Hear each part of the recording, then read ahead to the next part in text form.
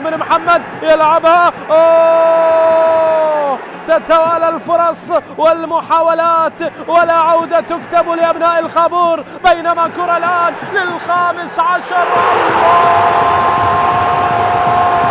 راكس السامبا، الانفجار الجديد، الهداف القادم من محاولة واحدة. باتريك يسجل، وغوستافو هنريك يسجل، غوستافو يضع التقدم وتغييرات طلال مباشرة تجعل الانفجار في مدرج زاخو، في مدرج المارد الأبيض في الألوان البيضاء والحمراء. هنا أجواء رهيبة سنعيشها الآن، سنراها الآن، ولكن عد بي إلى الإعادة لتشاهد الجمال، لتشاهد إمكانية مهاجم كبير من أنصاف الفرص. وهذه واحدة، سجل الكرة بيمناه قوية وفي سقف مرمى فهد.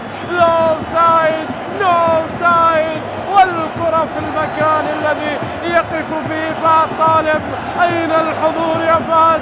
ومتى الرد يا فهد؟ لكنه صاروخ من ساو باولو، من الريو، من كل أنحاء البرازيل إلى مدينة الخابور. بالجمال والدلال تتواصل الأفراح على جسر دلال، على الجسر العباسي لمدينة الخابور.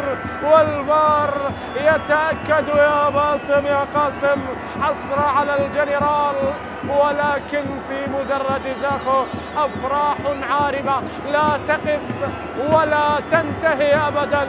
يواصلون من أجل الصدارة أيها الأحبة أيها المتابعون. هدف ثاني لأبناء الخابور ولا تعادل في هذه المباراة الجميلة والرائعة. ينتظرون التأكيد من غرفة الفار، وخذوها مني. السيد سالم عامر سيشير بيده إلى وسط الملعب معلنا عن صحة القرار والهدف. لا زال هنالك تأكد ولا زال هنالك انتظار ولا شيء غير الانتظار. إذن أيها الأحبة أيها المتابعون، بعد قرار الفار